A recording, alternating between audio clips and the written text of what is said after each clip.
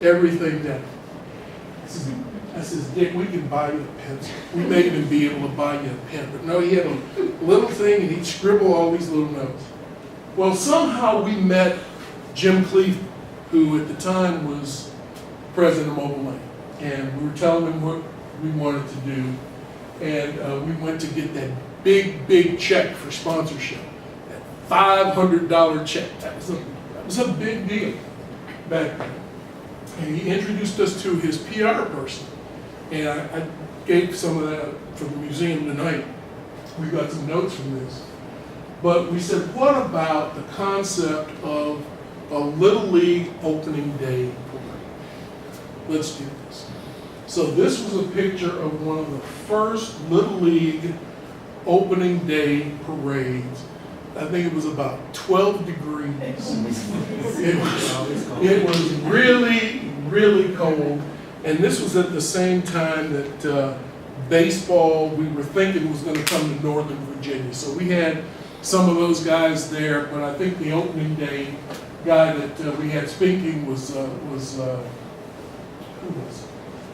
Art Monk. We had Art Monk. We had Doc Walker there that day, and Calvin Hill. So they were our speakers that day and threw out the first ball, and pretty much stayed involved. And occasionally we talked to them about different things going on now. But that was the whole thing around. That was Town Center's first major event. That was before they had any of the festivals. Everybody looked forward to the Town Center opening day, which was a highlight. Reston Youth Basketball, we talked a little bit about them. Huge program. Every youth program in Reston, and we're talking about mostly kids, but every youth program in Reston was absolutely huge. And in the 90s, we had over 1,000 kids. It would take, how long did it take for us to go through tryouts? Because you three guys were involved. How many days or evenings or weeks did we? I can't remember what happened on Wednesday.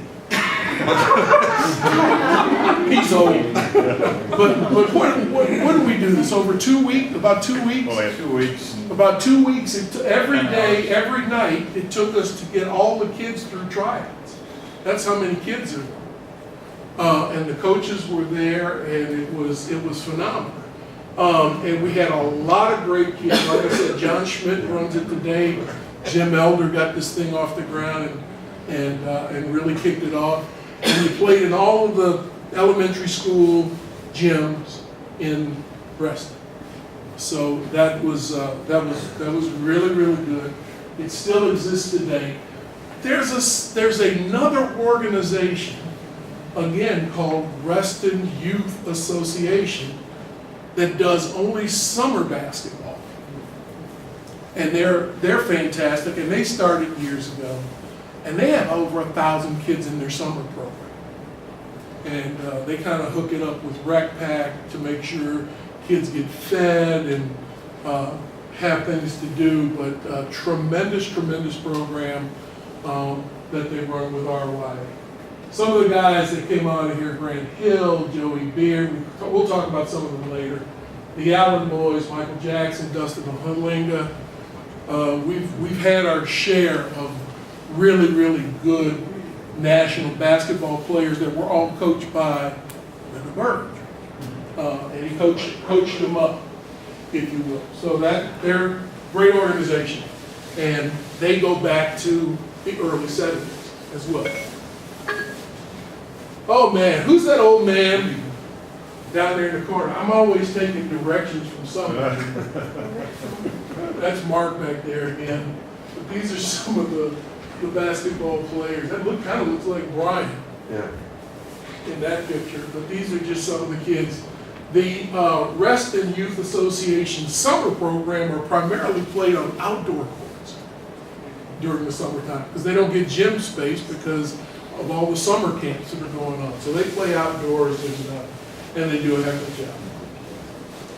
Reston Swim started in 1972. Swim team, there were only 3 or 4 swim teams initially.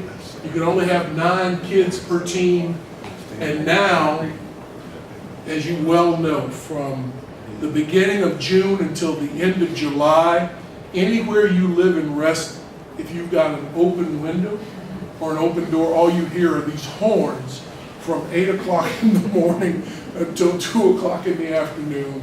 And no matter where a pool is, you can't get by that spot or you can't park there at all because of all of the cars and all of the people dropping off their kids for swim programs. Needless to say, swimming is a huge, huge program in Reston. Not only for kids, but for adults.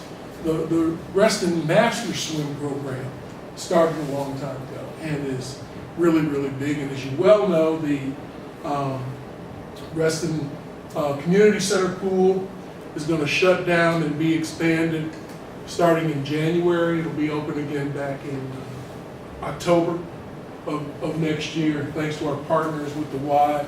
People will be able to come to the Y and other venues to swim while we're closed down. But at its peak, there's about 120 kids per swim team now. That's a lot of kids. Yeah. And there's probably 30 teams. It's a lot of stuff, a lot of kids, a lot of activity going on with kids.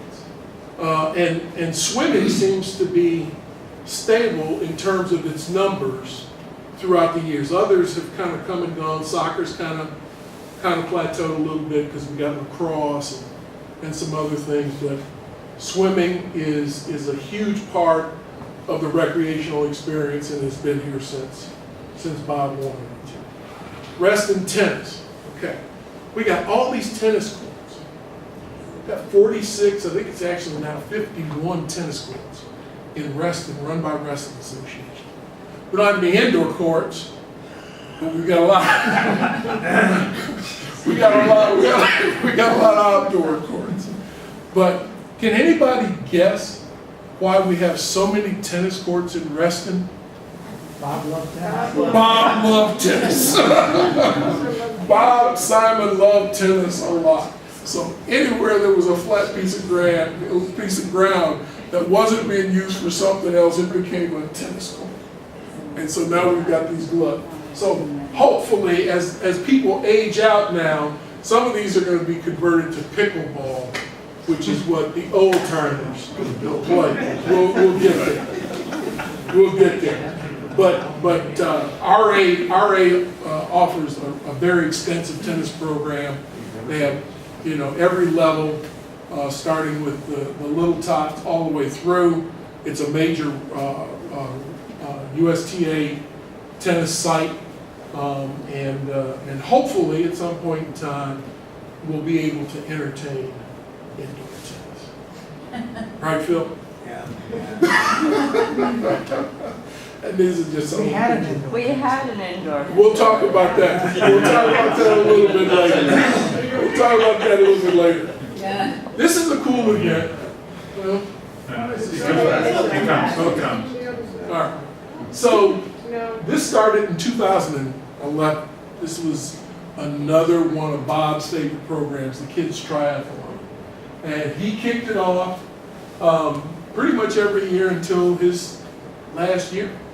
He would come and he would just love, he was just so energized around kids. And they loved to walk with him. He was at the starting line. I'd hike him over to the finish line, and he loved every bit of it. And this has expanded quite a bit. We've raised a lot of money. But the biggest thing about the Kids Triathlon is there were so many kids that were sitting on a couch doing nothing. And with partnership with the Y, Reston Association, Reston Community Center, being a triathlon, you had to have a bike.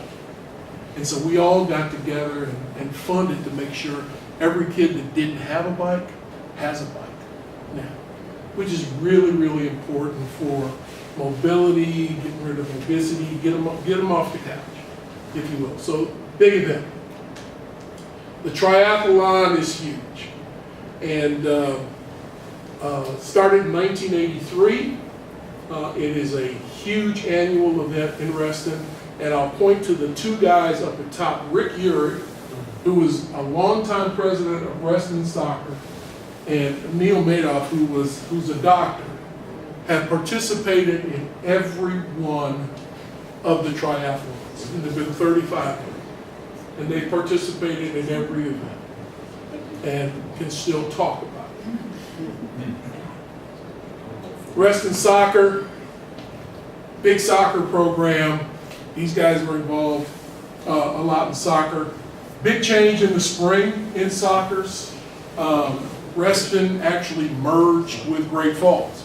So there's no longer Reston Soccer, it's Great Falls Reston Soccer now. But they have every sort of program, starting from the travel teams, young kids, travel teams, adults. They probably got close to 2,000 people in that program. All of the other groups that we talked about prior to this, the importance of them in regard to sports in Reston is the fact that they were community-based and they were for everybody.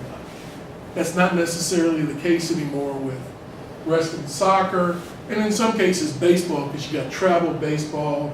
You have, trying to convince a 9-year-old kid he's going to be Willie Mays and play in the major leagues, which is wrong. We still do as much as we can from a community standpoint, from a governmental standpoint, to make sure that we support community organizations first.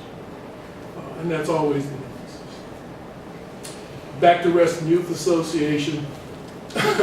The crazy part about Reston Youth, other than the football part of it, is almost as big as their football program is their cheerleading program.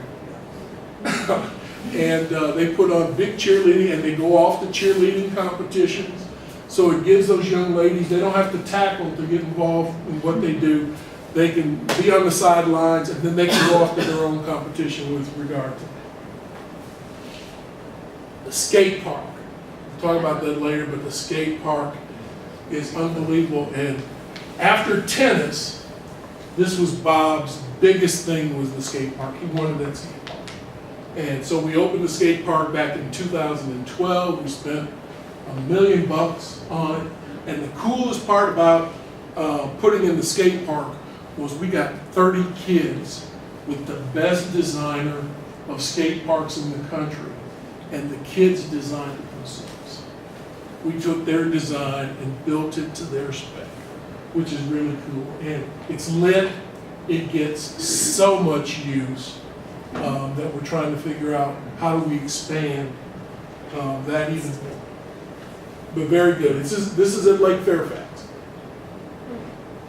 All right, we're getting there. So that's a county. Yeah, Lake Fairfax is a county. I mean, the skate park. Skate park is part of Lake Fairfax. Okay? We tried that, so we're going to talk now. We're going to talk a little bit about some major sports controversies in Reston. Okay? We talked. Skate park was the very first really big argument in Reston, because originally it was supposed to be built here, right behind the Y. But the people at Market Street thought there was going to be too much noise and not the right element. I think the statement was, I'd rather have a toxic waste. That pretty much sums it up. We would rather have, it would bring the wrong element here. Okay, so this went in for a number of years, and I was appointed to the Park Authority Board. We had a bond. I was able to cobble together $1 million from the bond and get the thing built. And now everybody wants to take credit for it because it's such an overall success. But that was a huge controversy. Like Chuck said, you'd rather have a toxic waste. Then we had the lights at Fred Crabtree, Fox Mill, over by Cross Hill Elementary School. We started the effort to put lights in there in 1986. We had, I don't know how many meetings, community meetings, and again, you had problems with, they brought in an entomologist, which is a bug guy. There are certain bugs, I'm not lying, there are certain, to the hearing, they flew him in from California, there are certain bugs that only exist at Fox Mill District Park, that if you put lights there, you will destroy their habitat forever. I kid you not. I'm sorry we didn't record And yet it. you built it anyway. But, you know, it was, pardon? Now we have another extinct species. We have another extinct species. So, two old people from the Park Authority Board. When you used to go before the Park Authority Board for anything, you'd go into a dark room and there'd be 12 people sitting there. And it was not a matter of whether they were going to tell you no, it was how quickly they were going to tell you no. Yeah, because nobody got anything from the Park Authority, and that's a whole other story. When I joined the Park Board in 2004, we were sitting on about $148 million in bonds. Park bonds that had been passed going back to 1984. And I said, well, why the hell are we sitting on these bonds? You don't get a prize for holding on to this bond money. It's to be spent. And thank God we have managed to spend all of it on various projects. But the lights at Crabtree finally went into 1996. In 2008, 12 years later, we renamed the fields from Fox Mill District Park to Fred Crabtree District Park, because Fred Crabtree was Mr. Baseball. He was a really, really good guy. He basically started Little League in Virginia. Good guy. Park Authority, in fact, he got all of the land donated that is Crabtree District Park, that 200 acres. He got some lady to donate all of that land to the parks. Tremendous. Greatest funeral of all time, maybe the shortest funeral of all time. Wheel him in to take me out to the ball game. Wheel him in. Reverend gets up there and says, Freddie's got a game to play. 7 minutes later, they're rolling Fred out to put me in coach, center field. Greatest funeral ever. But anyway, 2008, we're doing this ceremony in front of Fred Crabtree Park before you go up to the ball fields. And we cut the ribbon, we got the sign, and I'm standing there, and the guy comes up to me and he says, "Are you Bill Bouie?" And I says, "Yes, sir." He says, "I want to register a complaint. I live right back here." And he said, "Damn it, I don't want those lights in." Okay. Let me tell you something. I hate to break this to you, sir. The lights went in 12 years. He lives right up against the park. The lights went in 12 years. I'm so sorry. But again, it was going to bring in the wrong element, too much noise, too much traffic. It's the usual Reston kind of argument in terms of athletics. The elimination of the Reston Racket Club. We used to have indoor tennis in Reston. It was a health club, it was indoor tennis, it was racquetball, it was meeting rooms, had a little bar area. It was fantastic. And the RA board, in its infinite wisdom, somehow they figured out, and it wasn't Vicky's fault, somehow they figured out they weren't making money. And so they voted 5-4. Reston Racket Club is now SkateQuest. They have been printing money since 1998 with those two rings. They've been printing money and looking to print money. The next year, for a lot of money, Reston Association hired a consultant to come in and tell them what their recreational needs were. Number one need out of the rec study, we need an indoor tennis facility. 1 year later, it was one of the most remarkable things ever, and today we still struggle with indoor tennis that we had. We gave it away. Yeah. Lights at Stratton Woods, again, same thing. We had people coming from all over the county. You're going to disturb the flight pattern at Dulles. These lights will get in the way. Planes will not be able to land safely because you know the Concorde flies over here and it'll be a distraction. There's no way that kids will be able to play here. So we put them in. 10 years later, we put them in. And you know how many complaints we've had since we put those lights in? Not a single phone call, single letter. Don't ask me about dog parks, but that's a whole nother story. But the greatest part, we try to be creative about these things. So Stratton Woods is a 17-acre park on the corner of Fairfax County Parkway and Fox Mill Road. The beauty of that park, and it's cost us about $7 million to build that park. The beauty of that park is it didn't cost the taxpayers enough, not a single dollar. Because see, that used to be an old radio site, so we got a big cell tower there. And we get almost $300,000 a year rental out of that cell tower. And the way that the Park Authority we use the cell towers is if you have a cell tower on your site, all of the money minus 20% generated by that cell tower goes back into the development of that park. And so it's self-sustaining, it takes care of maintenance, it doesn't cost any of us anything, we've got great amenities.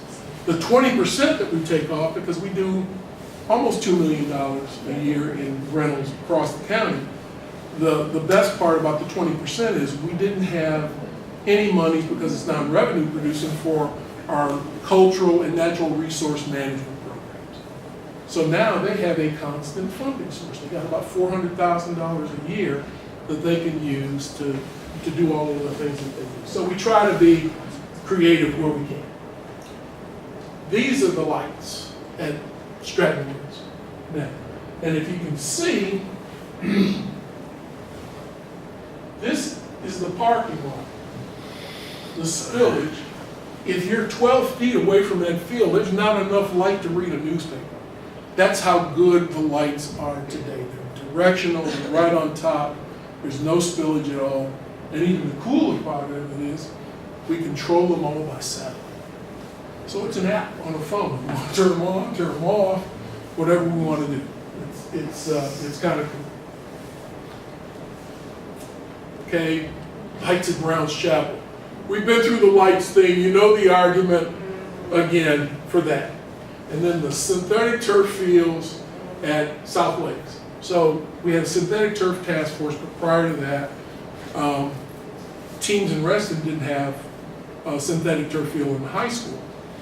And so we got together and got some community groups together. And there was a controversy because RA kicked in $100,000 and the community center kicked in $150,000 and various community organizations, because I cut them a deal. I said, look, if you can get one organization to do the school field, I'll do the practice field through bond money. And that's what we did. And the practice field at South Lakes is the only synthetic turf field in the county that was paid for by the Park Authority versus schools. So we get more than our fair share of support, if you will. Tale of two golf courses. This is ongoing. This is going on right now. And pay attention to this one because there's going to be a lot of conversation around it. And there's already been a lot of conversation around Reston National. But two different situations altogether. Reston National's public course, it's stable and it's profitable. It makes money. And it makes money because of volume, discounted grounds, tournaments, it's got a driving range, and it's got bare bones amenities. I wouldn't eat a hot dog out there. Not a place you want to go eat. And the zoning on the Reston National property is recreation, period. And that's been successfully defended any number of times. So Reston National is always going to be a golf course or recreation of some type. There's never gonna be development. Bill, can I ask a question? Sure, I agree. The place is a dive. it is. And it has probably the most play of any golf course on the East It Coast. does. And I don't understand. It does. They play discounted rounds. They literally play discounted rounds. You can't get in it. I'm just surprised at the amenities, like, why isn't it fixed up? Why isn't there a restaurant? on it? Because they're making money. They don't care. They don't want it. They don't- They don't make money. They don't care. They've been making money for years. They're one of the few courses that actually makes money in Northern Virginia. Yeah, It's just a disappointment. I mean, Yeah, it's- I understand. Because I know that the traffic is so good there. it is. It's full all the time. Then we got Hidden Creek. Private country club, membership only. It offers golf, tennis, swimming. It's got a dining room, catering services, bar, the whole shoot match. Membership's dropping. They're losing their butts. Big time. Recently bought by Wheelock. And it's gonna be really, really interesting there. Because that's all private property, but 100 of the 168 acres over there is in an RPA. So, lucky, so they can't do anything with that, except maybe give it to us and have us turn it into a grand park. But the other thing to look at over there is that they own Charter Oaks Apartments, which is adjacent to the golf course. And then 3 weeks ago, they bought the Fannie Mae property. So, yeah, so they own everything up to the WO&D Trail, all the way to Isaac Newton Square.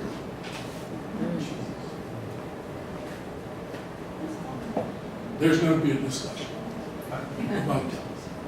Yeah. I mean, I'm a member there. Yeah. And they came right out and said what their plan is. And then they came out and then said quickly, we'll run it as a golf course until we get those plans approved, and if we don't, we'll just keep on running it as a golf. They took a risk thinking that they can get the zoning flipped. That's gonna be an interesting conversation. But it's a totally different conversation because a number of the arguments are, we walk the trails there every day. This is a part of our community. Well, you wouldn't say that if they decided to put a fence around it. All of a sudden, it would really, really, really be private property and you'd have an issue with not being able to use it. So how do we get higher public use out of a potential amenity? And I don't think there's ever been a study done on the need of having 2 golf courses in Reston. Just a person. Well, we were supposed to have 2 18 and 3 9-hole golf. Was that Bob? That was in the original master plan. Yeah. That was the idea. Yeah. Different animal. But I would say it was ownership. The infrastructure there is pretty weak compared Yes. to International and the Yes. place Oh, in yeah. Vienna. So they kind of let that. Yeah, continue. they're not gonna put any money. All right. What's the summary? Nothing. Break. Nothing. Nothing. Nothing. Yeah, There is no zoning. yeah. So It's gonna be the same argument as national park. it's gonna be the same argument. That it's permanent open space, Right. always supposed to be, always has been, and should remain so. Right. And I agree with 90%. But with changing populations and need for open space in parks, if we can find a way to guarantee that we keep 100 acres of open space in parks, then I think we should have a discussion on how do we do that and put it in a conservation trust. How do we do that forever on a private area? But that's something to think about. So what's the future hold? So we have gotten the plans, we're doing planning for it now, a major wellness center in Reston Town Center North, whenever that occurs. Hopefully, it'll get off the ground soon. But the plan is right now that it would be a really, really big facility, 2 Olympic-sized pools, a diving well, multiple courts, meeting rooms, and we hope to be able to pay for it via proffer because of Metro or what's happening in Texas. So keep your eyes on that. Master plan of Lake Fairfax was just approved. We remaster planned it. We added a few more amenities to it going forward, more playing fields, more bike tracks there. You can camp at Lake Fairfax and not even know you're there, so we've added a couple of cabins going forward. We're actually able to stay there in a cabin over a weekend. So that'll happen. And a second entrance to Lake Fairfax. One off of Hunter Mill Road. Once Hunter Mill Road, that whole thing is decided on how wide and when it's going to happen. And it has cricket. Pardon? And it has cricket. Oh yeah, it's got cricket, yeah. Well, cricket's our fastest growing sport in the county. And everywhere we put in the synthetic turf field, we put in 2 synthetic turf fields side by side with a cricket pitch in the middle. So we now have 3 full-size cricket pitches. Oakmar and Sully Highlands are the other cricket pitches. We have 4,000 cricket players in the county. It's a big deal. Okay? Tournament complex. We finished up our work on the sports tourism task force, and there's going to be a tournament complex at Barron-Gaylord Park. Going to be 8 synthetic turf fields with lights. That was approved back in 2014. The engineering is being done on it now. Now we just got to find a funding source and how to build it. There is a spot there that has not been identified for a building. We don't know if we'll ever build a building there, but it could be an indoor track, it could be indoor tennis. That's still to be debated. What sport? What sport? When you say a tournament complex, is it That's going to be all rectangular sports. rectangular? Yes, so soccer, lacrosse, rugby, those will be the sports. RCC is looking at potential at some point for reinstituting middle school sports. Back in the late 80s, we could play intramural sports at the middle schools, and they eliminated those programs. So we're investigating how do we fund that so that every kid in Reston has the opportunity to do something after school in an intramural program. And we're figuring the cost at about $250,000. So those discussions will be held over the next. And then who the heck knows? What else? What else will come up? How come nothing about a dog park? I wish I had something to throw. Bow wow. So, talking about the dog park. It's the biggest Barron Cameron has the biggest dog park in the county. Within 1 square mile, circumference, 1 mile of the dog park at Barron Cameron, we have 4,000 licensed dogs. Come on. 4,000 I'm surprised they're licensed. licensed dogs. Well, I don't know how many, I didn't say how many dogs there were. Yeah. I said there are 4,000 licensed So there's got to be dogs $12,000. in that area. One for one rating. Okay? So that just That's gives a lot you, of poop. that's a lot of poop. That's a lot of poop. So there's a need. We're looking at all possibilities for dog park. One of the things that we're kind of thinking about is maybe kind of a Gucci dog park that would be subscription only at some place. You know where it's got to go. People would pay for it. People would pay for it if we did it. Indoor with coffee. Yeah. Indoor tennis. Yeah, I'm telling you, Yeah, it would. yeah, it's a parking lot on Sunset Hills Road right there next to the. If we could get Right next to. VDOT to ever get off the dime on that. All right, other cool stuff, so I can get through this thing. Other cool stuff. The Bryce Harper All-Star Complex at Fred Crabtree Park.